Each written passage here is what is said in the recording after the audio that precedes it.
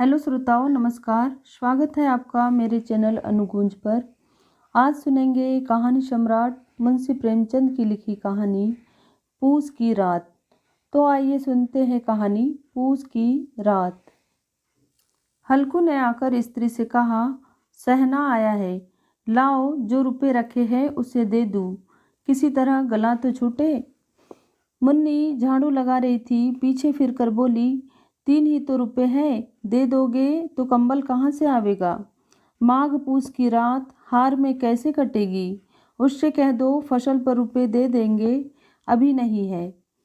हल्कू एक क्षण अनिश्चित दशा में खड़ा रहा। पूस सिर पर आ गया। कंबल के बिना हार में रात को वह किसी तरह सो नहीं सकता, मगर शहना मानेगा नहीं। घुड़कियाँ जमावेगा, गाली देगा, बला से जाड़ों में मरेंगे, बला तो सिर से टल जाएगी। यह सोचता हुआ वह अपना भारी भरकम डिल लिए हुए, जो उसके नाम को झूठ सिद्ध करता था, स्त्री के समीप आ गया और खुशामद करके बोला, ला दे दे, गला तो छूटे, कंबल के लिए कोई दूसरा उपाय सोचूंगा। मुन्नी उसके पास से दूर हट गई और आंखें तरेरती हुई बोली, कर चुके दूसरा उपाय, जरा सुनूं तो कौन सा उपाय करोगे। कोई खैरात दे देगा कंबल, न जाने कितनी बाकी है, जो किसी तरह चूकने ही नहीं आती। मैं कहती हूँ तुम क्यों नहीं खेती छोड़ देते, मर मर कर काम करो, उपज हो तो बाकी दे दो। चलो छुट्टी हुई, बाकी चुकाने के लिए ही तो हमारा जन्म हुआ है।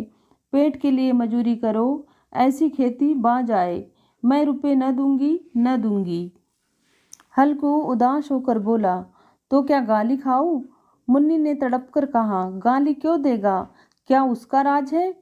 मगर यह कहने के साथ ही उसकी तनी हुई भय ढीली पड़ गई। हल्कू के उस वाक्य में जो कठोर सत्य था, वह मानो एक भीषण जंतु की भांति उसे घूर रहा था। उसने जाकर आले पर से रुपए निकाले और लाकर हल्कू के हाथ पर रख दिए। फिर बोली, तुम छोड़ दो आपकी से खेती, मजूरी में सुख से एक रोटी खाने को तो मिलेगी, किसी की धौंस तो न रहेगी। अच्छी खेती है, मजूरी करके लाओ, वह भी उसी में झोंक दो, उस पर ये धौंस। हल्कू ने रुपए लिए और इस तरह बाहर चला मानो अपना हृदय निकाल कर देने जा रहा हो। उसने मजूरी से एक एक पैसा काट काट कर 3 रुपए कंबल के लिए जमा किए थे। वह आज निकले जा रहे थे। एक एक पग के साथ उसका मस्तक अपनी दीनता के भार से दबा जा रहा था। पूस की अंधेरी रात, आकाश पर तारे भी ठिठुरते हुए मालूम होते थे। हल्कू अपने खेत के किनारे ऊख के पत्ते की एक छतरी के नीचे बांस के खटोले पर अपनी पुरानी गाढ़े की चादर ओढ़े पड़ा कांप रहा था। खाट के नीचे उसका संगी कुत्ता जबरा पेट में मुंह डाले सर्दी से कुहू कुहू कर रहा था। 2 में से एक को भी नींद न आती थी। हल्कू ने घुटनियों को गर्दन में चिपकाते हुए कहा, क्यों जबरा, जाड़ा लगता है। कहता तो था घर में पुआल पर लेटा रह, तो यहाँ क्या करने आए थे। अब खाओ ठंड, मैं क्या करूँ। जानते थे मैं यहाँ हलवा पूरी खाने आ रहा हूँ, दौड़े दौड़े आगे आगे चले आए, अब रो नानी के नाम को। जबरा ने पड़े पड़े दुम हिलाई और अपनी कुहू को दीर्घ बनाता हुआ एक बार जमाई लेकर चुप हो गया। उसकी स्वान बुद्धि ने शायद ताड़ लिया, स्वामी को मेरी कुहू से नींद नहीं आ रही है। हल्कू ने हाथ निकालकर जबरा की ठंडी पीठ सहलाते हुए कहा, कल से मत आना मेरे साथ, नहीं तो ठंडे हो जाओगे। यह रांड पछुआ न जाने कहाँ से बर्फ लिए आ रही है। उठूं फिर एक चिलम भरूं, किसी तरह रात तो कटे। 8 चिलम तो पी चुका, यह खेती का मजा है। और एक एक भागवान जो ऐसे पड़े हैं जिनके पास जाड़ा जाए तो गर्मी से घबरा कर भागे। मोटे मोटे गद्दे, लिहाफ, कंबल, मजाल है कि जाड़े का गुजर हो जाए। तकदीर की बखूबी है, मजूरी हम करें, मजा दूसरे लूटे। हल्कू उठा, गड्ढे में से जरा सी आग निकालकर चिलम भरी। जबरा भी उठ बैठा। हल्कू ने चिलम पीते हुए कहा, पिएगा चिलम, जाड़ा तो क्या जाता है, हाँ जरा मन बदल जाता है। जबरा ने उसके मुंह की ओर प्रेम से झलकती हुई आंखों से देखा। हल्कू बोला, आज और जाड़ा खा ले, कल से मैं यहाँ पुआल बिछा दूंगा, उसी में घुसकर बैठना, तब जाड़ा न लगेगा। जबरा ने अपने पंजे उसकी घुटनियों पर रख दिए और उसके मुंह के पास अपना मुंह ले आया। हल्कू को उसकी गर्म सांस लगी। चिलम पीकर हल्कू फिर लेटा और निश्चय करके लेटा कि चाहे कुछ भी हो अब की सो जाऊंगा। पर एक ही क्षण में उसके हृदय में कंपन होने लगा। कभी इस करवट लेता, कभी उस करवट, पर जाड़ा किसी पिशाच की भांति उसकी छाती को दबाए हुए था। जब किसी तरह न रहा गया तो उसने जबरा को धीरे से उठाया और उसके सिर को थपथपाकर उसे अपनी गोद में सुला लिया।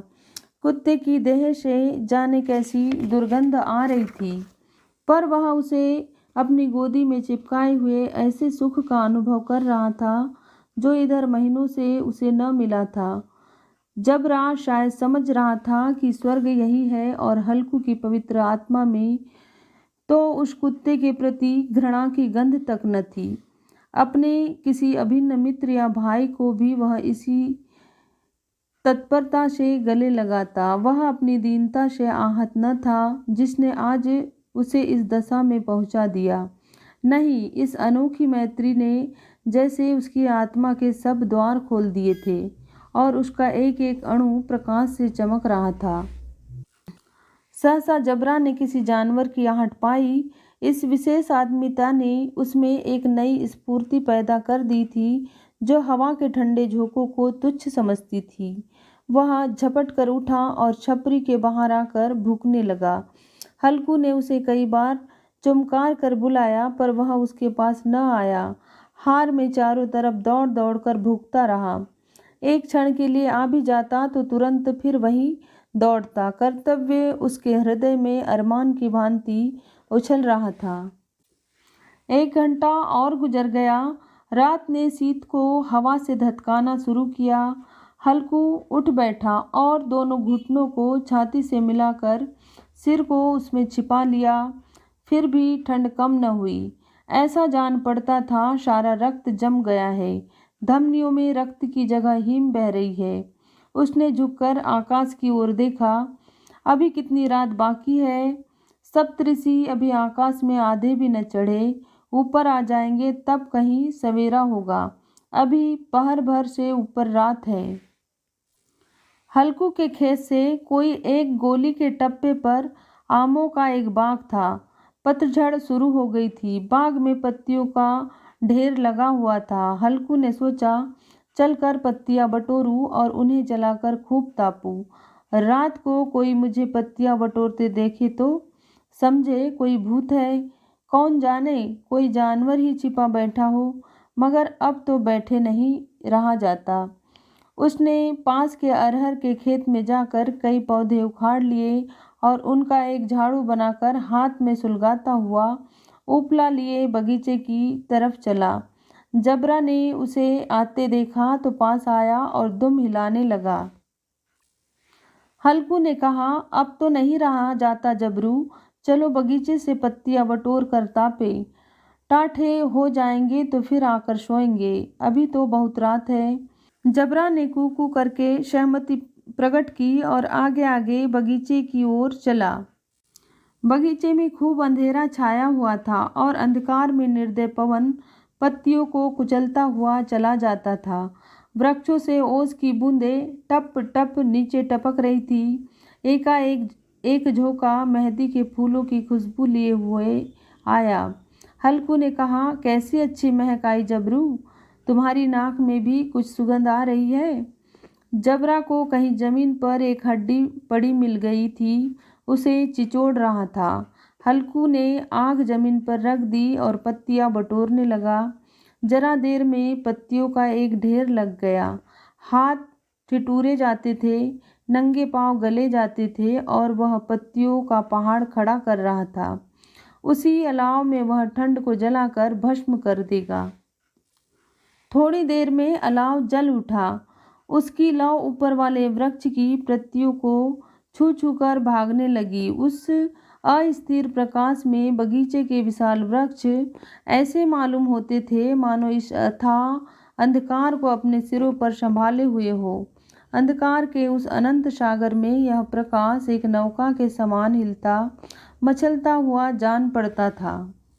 हल्कू अलाव के सामने बैठा आग ताप रहा था।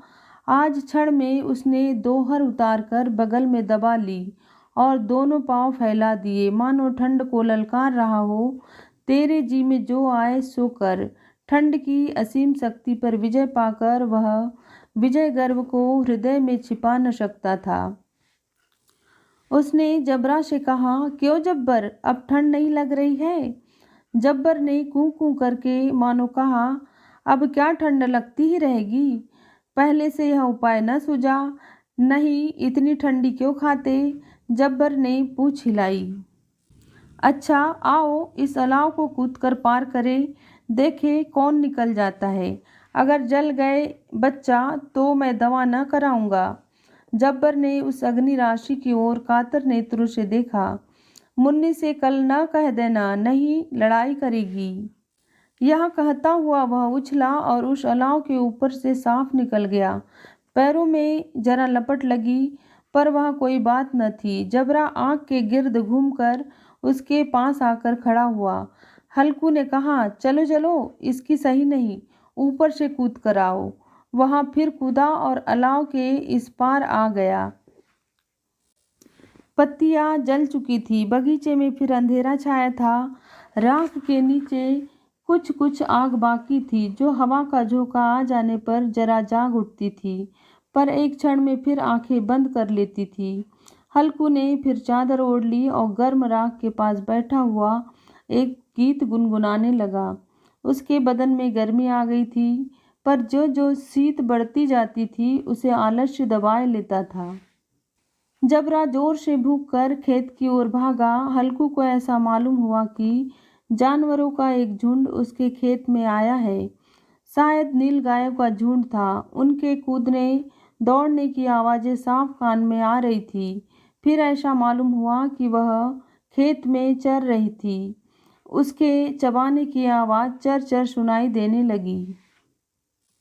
उसके दिल ने कहा कि नहीं, जबरा के होते कोई जानवर खेत में नहीं आ सकता। नोच ही डाले, मुझे भ्रम हो रहा है। कहा, अब तो कुछ सुनाई नहीं देता। मुझे भी कैसा धोखा हुआ है। उसने जोर से आवाज़ लगाई, जबरा जबरा। जबरा भूखता रहा, उसके पास न आया। फिर खेत के चरे जाने की आहट मिली।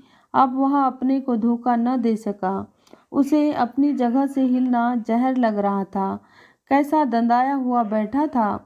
इस जाड़े पाले में खेत में जाना, जानवरों के पीछे दौड़ना असूझ जान पड़ा। वह अपनी जगह से न हिला। उसने जोर से आवाज़ लगाई, हिलो हिलो हिलो। जबरा फिर भूख उठा। जानवर खेत चर रहे थे, फसल तैयार है, कैसी अच्छी खेती थी, पर ये दुष्ट जानवर उसका सर्वनाश किए डालते हैं। हल्कू पक्का इरादा करके उठा और 2-3 कदम चला, पर एकाएक हवा का ऐसा ठंडा चुभने वाला बिच्छू के डंक का सा झोंका लगा कि वह फिर बुझते हुए अलाव के पास आ बैठा और राख को कुरेदकर अपनी ठंडी देह को गरमाने लगा। जबरा अपना गला फाड़े डालता था। नीलगाय खेत का सफाई किए डालती थी और हल्कू गर्म राख के पास शांत बैठा हुआ था। अकर्मण्यता ने रस्सियों की भांति उसे चारों तरफ से जकड़ रखा था। उसी राख के पास गर्म जमीन पर वह चादर ओढ़कर सो गया। सवेरे जब उसकी नींद खुली तब चारों तरफ धूप फैल गई थी और मुन्नी कह रही थी, क्या सोते ही रहोगे? तुम यहाँ आकर रम गए और उधर सारा खेत चौपट हो गया। हल्कू ने उठकर कहा, क्या तू खेत से होकर आ रही है? मुन्नी बोली, हाँ, सारे खेत का सत्यानाश हो गया। भला ऐसा भी कोई सोता है? तुम्हारे यहाँ मड़ैया डालने से क्या हुआ? हल्कू ने बहाना किया, मैं मरते मरते बचा, तुझे अपने खेत की पड़ी है। पेट में ऐसा दर्द हुआ कि मैं ही जानता हूँ। दोनों फिर खेत के डांड पर आए। देखा सारा खेत रौंदा पड़ा है और जबरा मड़ैया के नीचे चित लेटा है, मानो प्राण ही न हो। दोनों खेत की दशा देख रहे थे। मुन्नी के मुख पर उदासी छाई थी, पर हल्कू प्रसन्न था। मुन्नी ने चिंतित होकर कहा, अब मजूरी करके मालगुजारी भरनी पड़ेगी। हल्कू ने प्रसन्न मुख से कहा, रात को ठंड में यहाँ सोना तो न पड़ेगा। तो ये थी कहानी पूस की रात।